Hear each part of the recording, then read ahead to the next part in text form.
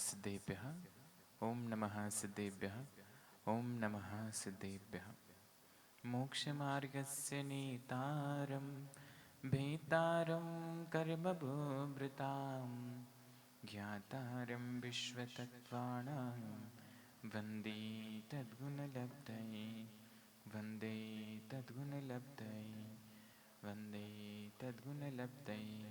जीव अनंत आनंद सिद्ध परमेश्वरी भगवान की हो। आदिम तीर्थंकर आदि विधाता श्रीमद देवादिदेव श्री आदिनाथ भगवान की जय हो। अंतिम तीर्थेश शासन नायक भगवान श्री महावीर स्वामी की जय हो। आद्य भगवत श्री जनसेन आचार्य भगवान की जय हो। परम पूज्य चारित्र चक्रवर्ती मुनिकुल पितामह धर्म साम्राज्य नायक योगेंद्र चूड़ामणि गुरुनाम गुरु प्रथमाचार्य भगवान श्री शांति सागर जी गुरु महाराज की जय हो।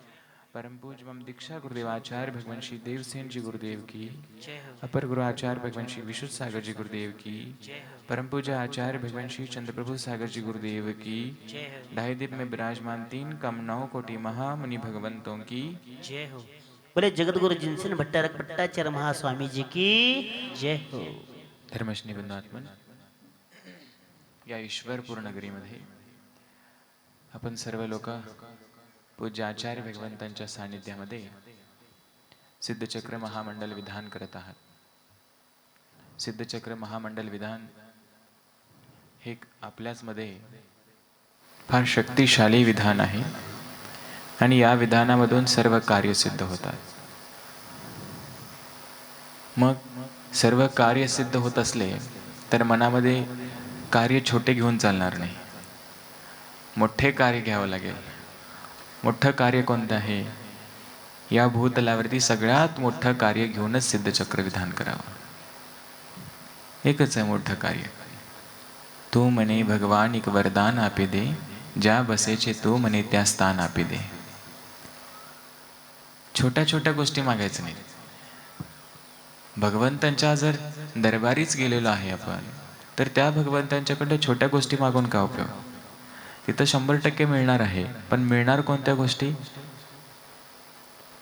आणि मागायच्या कोणत्या गोष्टी, ह्याची बुद्धी आपल्याला पाहिजे. आपण जातोय किराणा मालाच्या दुकानामध्ये आणि दूध मागतोय, मिळेल का? स्टेशनरीच्या दुकानामध्ये जाऊन साखर मागतोय, मिळेल? स्वधर्मेंद्रजी, स्टेशनरीच्या दुकानामध्ये साखर मिळेल का? नाही मिळणार. डेअरीमध्ये वह्या पुस्तकं मिळतील का? नाही मिळणार. मग जिनेंद्र भगवंतांच्या चरणामध्ये जर पोहोचलो आहे तर काय मागायला पाहिजे आपल्याकडं? म्हणून मी गुजराती भजनचं 2 लाईन सांगितलं. तू म्हणे भगवान एक वरदान आपे दे, ज्या बसेचे तू म्हणे त्या स्थान आपे दे. म्हणजे भगवान तुम्ही मला वरदान द्या. कोणतं वरदान द्या? जिथं तुम्ही बसलाय ते स्थान मला द्या. तर बंधू, सिद्धचक्र विधानाच्या माध्यमातून एवढंच मागा की मी देखील अशरीरी सिद्ध परमात्मा बनेल. हेच सिद्ध, हेच कार्य माझं सिद्ध होऊ दे. धर्मश्री बंधुआत्मन, या गोष्टीची मला पूर्ण जाणीव आहे की तुम्ही सगळे संसारी लोक, आपण संसारी लोक आहोत. परंतु धर्म करत संसार सुख, धर्म करत निर्वाण, धर्मपंथ साधे विना नरतिर्यंचे समान. सिद्ध भगवंतांच्या गुणांचं अर्घ्य आपण चढवत आहात आणि याच गुणांच्या माध्यमातून ते गुण माझ्यामध्ये कसं प्रकट होतील ह्या भावना पाहिजे.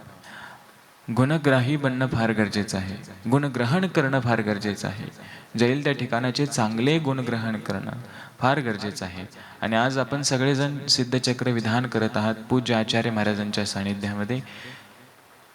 मला वाटतंय की सगळीकडे सिद्धचक्र विधान होतात, पण हे सिद्धचक्र विधान अतिविशेष असेल याच्याशी. हां, आपल्यामुळे तर आहेच याच्याशी, परंतु अतिविशेष का असेल तर कुठली मिरवणूक यायची वाट बघायला लागत नाही आहे, किंवा स्वधर्मेंद्र किंवा श्रीपाल राजे यायची वाट बघत नाही आहे. या गोष्टीमध्ये, या सगळ्या क्रियांमध्ये जे वेळ जाते ते वेळ आपल्याला भगवंतांच्या आराधनेसाठी आणि आचार्य भगवंतांच्या ध्वनीसाठी, ते वेळ आपल्याला इथं लावता येते आणि त्यांच्या माध्यमातून आपल्याला ज्ञानामध्ये भर पडलं जाते.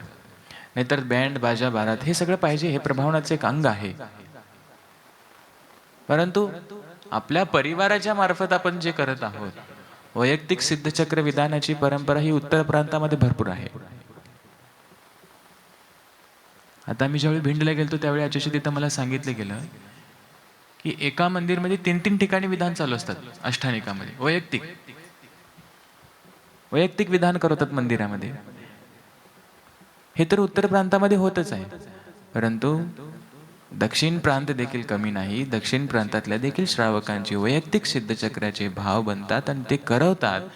आणि असे व्यक्ती ज्या दोघांनी आपल्या शारीरिक अनुकूलतेकडे न बघता धार्मिक अनुकूलतेकडे बघून त्यांनी हे विधान आणि आपल्या पुण्यामध्ये भर पडण्याचं जे कार्य या दोघांनी केलेलं आहे. शारीरिक अनुकूलता कमी आहे, परंतु मानसिक अनुकूलता त्यांच्याकडं फार सुंदर आहे आणि त्या माध्यमातून त्यांनी हे सिद्धचक्र विधान केलेलं आहे. म्हणतो ज्यावेळेस हे नांदीला आमंत्रण द्यायला आलेले आचार्य भगवान, त्यावेळी गुरुकुलची काही चर्चा चालू होती. त्यावेळी त्यांना मी कधी बोललो नाही की बाबा असं असं आहे, पण त्यांनी स्वतःहून एक इच्छा व्यक्त केली की स्वामीजी, आम्हाला एका मुलग्याला, या गुरुकुलमधल्या एका मुलग्याला दत्तक घ्यायचं आहे. म्हणतो विशाल हृदय आहे त्यांचं आणि या विशाल हृदयामुळं असे अनेक धर्मकार्य त्यांच्याकडून होत राहणार. या भवात नाही, पुढच्या भवात देखील अजून असेच कार्य त्यांच्याकडं होत राहो. आणि या सिद्धचक्र विधानाच्या माध्यमातून आचार्य भगवान आहेत आशीर्वाद देणारे.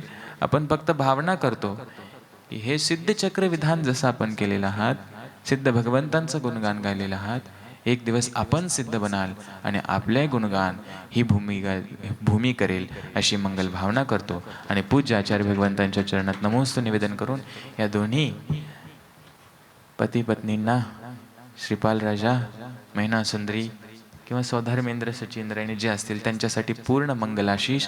यांच्याकडून अशाच प्रकारचे धर्मकार्य होत राहो आणि सुंदर प्रकारचे धर्मकार्य, साधू सेवा चांगल्या पद्धतीनं करत असतात. इथून पुढच्या काळामध्ये देखील अशाच प्रकारचे कार्य त्यांच्याकडून होत राहो अशी मंगल भावना. ओम नमः. जय बोलो अनंतानंद सिद्ध परमेष्ठी भगवान की जय. सिद्धचक्र महामंडल विधान की जय.